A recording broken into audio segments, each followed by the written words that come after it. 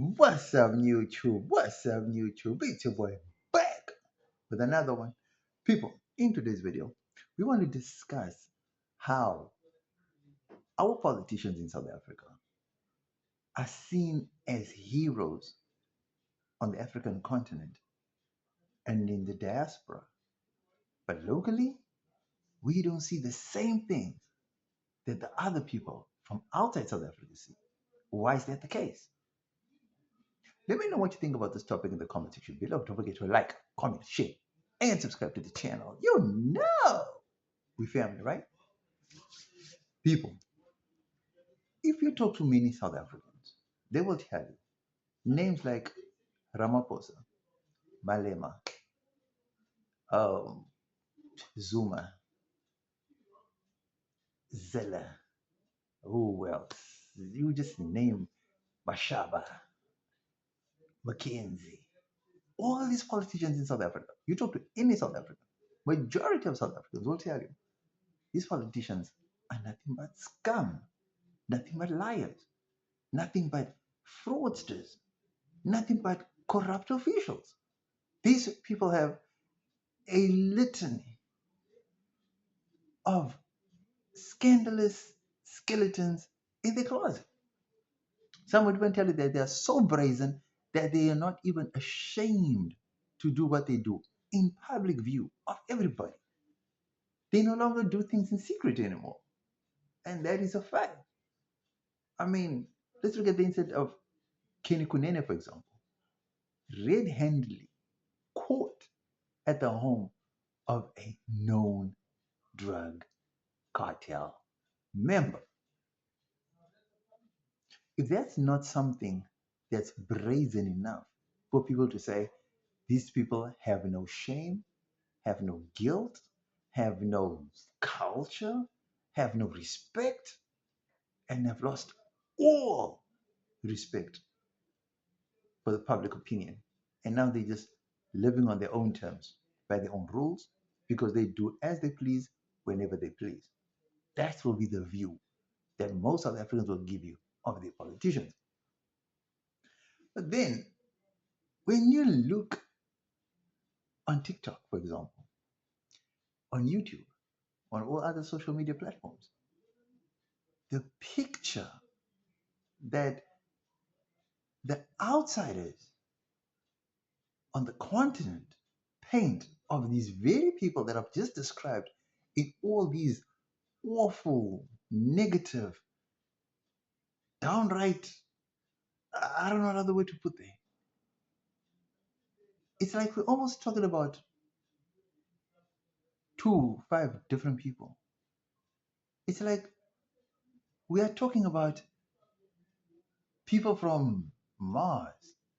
It's like when they're describing Julius Malema or Cyril Ramaphosa, it's like they're not even talking about the same people that we are actively living with. I mean, it's almost like these are mythical figures these people are talking about. Because across the African diaspora in Malema is a hero. Malema fights for the black people. Malema has the best interest for the black people at heart. According to them, it's like Malema is the next coming of Nelson Mandela, almost like a reincarnation of Nelson Mandela. It's like Mandela always spoke about black power, and now Malema is speaking the same thing. Malema is doing the same thing. To outsiders on the African continent, Malema should be African president, Africa's first black president. Not that Africa would ever choose a white president or Indian one, but Malema would be Africa's first president if the people outside of South Africa on the African continent had their way. Africa loves Malema and the message that he speaks, the message that he brings. Africa loves Malema. The funny thing is, South Africans don't see it the same way. So, how do these politicians in South Africa get to shape these different narratives between South Africans and people on the continent? or South Africans and the rest of the continent.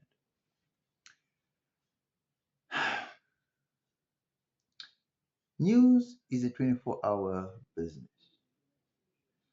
I'm thinking people have accepted the fact that politicians, no matter whether they're left leaning or right leaning, will always be corrupt, unscrupulous, somehow deranged individuals. And I think the majority of people on the continent have accepted this fact that these are flawed individuals. But within that flawedness of these individuals, there are glimmers of hope, sparks of intelligence. And that is what they choose to see. Well, on the other hand, in South Africa, we don't want to see the glimmers of hope, the sparks of intelligence, stroke of genius. No, we would rather see the negative side of everything.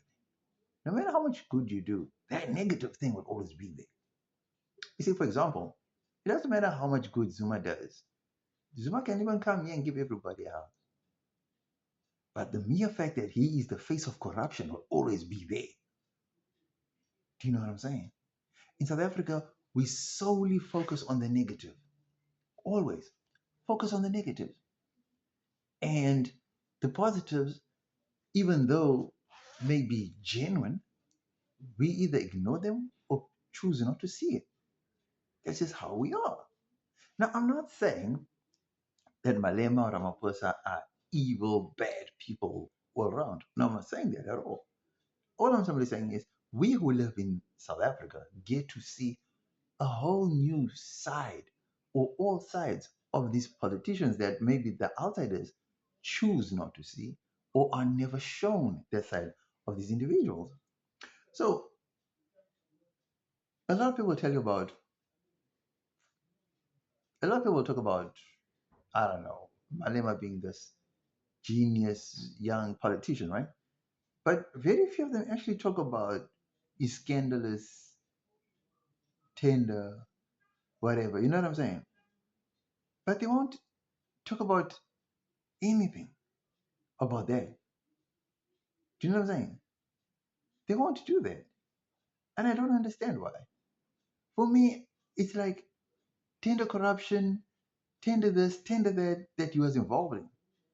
Tax problems, then they will never talk about that. They won't. But what they will talk about is his pro black, pro African stance, which for me is very shocking. It's two sides of two different coins. Because if you're going to talk about the good of a person, surely you should also talk about the bad of a person. Now, we all know in South Africa, we all know that Malema is corrupt to the core. Because when he was the president of the ANC Youth League, his corruption was openly blatant because he was involved in tender irregularities. And it has been rumored that Monday mornings there will be queues to his offices from people wanting to see him for tender related issues. He never paid taxes. He's been a tax deviant for years. And when he had a fallout with the ANC, the taxman came calling, which is obviously a politically motivated thing, right? Cool. But the people on the continent, they don't see all that. They don't talk about that. They just talk about how great Malema would be for the continent because he's pro black, he's for black, and he wants to see black people thrive. Give the land to the black people, give that. And it's true, right? To some degree, yes. Malema will say the right things to the right crowd and get the right things going, which most, if not all, politicians do.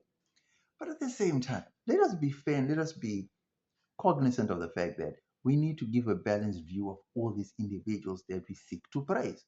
If there's a bad thing these people have done, let us hold them to account. Let us weigh the good and the bad, the pros and the cons. Let's not just focus on the pros.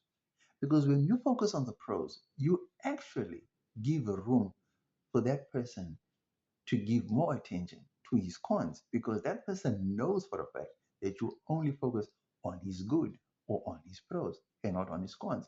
And therefore, that person will double down on his cons because he knows that you are blinded by his pros or by his good. That's my whole point. So, as much as I like to say, yes, Malema's messaging and tonality may be his undoing to most people. But let's not forget that out there in Africa, Malema's messaging and tonality hit hard, hit home, ring true to what most people on the continent feel about the colonial past, right? So this dual view of one person, is it a good thing or is it a bad thing? My thing is this. Malema, Ramaphosa, Zuma, MacKenzie, all the other politicians, you name them. They have a local view and they have an or well, let's say they have a we have a they have a national view or a national uh, viewpoint and they have an international viewpoint from which people view them from, right? Nationally, if God willing, if it was possible, our local politicians should be banished to the annals of hell because they have done South Africa dirty, right? I'm talking about all politicians. I'm talking about the ones that even knowingly haven't done anything publicly that we don't know yet, but side with the very people who pay their paychecks. In that way, you are complicit too. You are complicit too. America may not be bombing Israel. America may not be bombing Palestine, but America is supplying the weapons that are bombing Palestine. So in that case, they are complicit too. So if you belong to the ANC, you see corruption, you see um, fraudulent activity, you see, um, I don't know, activity that's suspicious, that's unbecoming of political leaders. And but because you're getting your paycheck, your salary from the ANC, you need to keep your job because you need to keep your high salary, so you're going to turn a blind eye. So for me, that is not what a real politician was sworn into office for, if I'm not mistaken, right? If you see the ANC, the DA, the PA, the EFF, MK, Action SA, whoever, doing something that's irregular, that is against what the people voted you into office for, speak up. Be that lone wolf. Be that one that says no.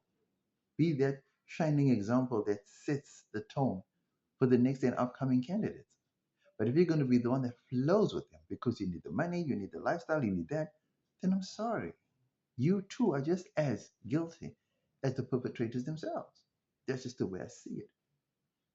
So, to my African brothers and sisters on the continent who see Malema as a leader, as that, who see Zuma as a leader, as that, who see Ramaphosa as a leader, as that, mm, I got bad news for you.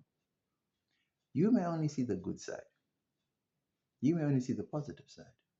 You may not get the full 24-hour picture of what we in South Africa get to see or experience, right? So, before you go around praising other countries' politicians, think long and hard. Do your research on these people. Find out the good and the bad, the pros and the cons. Weigh the two options and find out if the cons outweigh the pros, if the bad outweighs the good. Find out if the good outweighs the bad or the pros outweigh the cons. Then make your decision based on that. Don't just base your decision on a speech that one of them makes. Don't just base your decision on an action that one of them takes and then ignore the rest. Because to be fair, to be honest, if you do not live in a country under these politicians, you would never know what it's like. You would just be judging them from a distance. And you'll be thinking, well, in South Africa, they have it good because of A, B, C, D, E. A lot of African countries look at South Africa as the America of Africa, which in many cases is true. But if you're living in South Africa and you go through hardships, now the hardship may not be as hard as the rest of Africa, to be honest, may not be. But trust me, if you're looking at it from that perspective of saying, well, in South Africa, you don't go through this because in this country we go through that, then you are looking at it from a different mindset totally. Because struggle in South Africa is struggle in South Africa.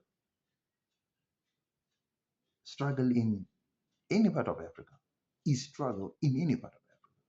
So there are people that go to bed hungry in South Africa, as sure is in the rest of Africa as well. That doesn't make the South African who's sleeping on a hungry tummy any better than the rest of Africa. It doesn't at all. Hunger is hunger. Struggle is struggle. So there's no such thing as, well, I'd rather struggle in South Africa than struggle anywhere else. If you're homeless in South Africa, you're homeless in the rest of Africa. You're homeless, you're homeless. It doesn't matter where you are. I mean, what's the point of bragging and boasting of being in America when you're homeless? You're living on the street. There's nothing to brag about. So that's just my whole point I'm trying to make.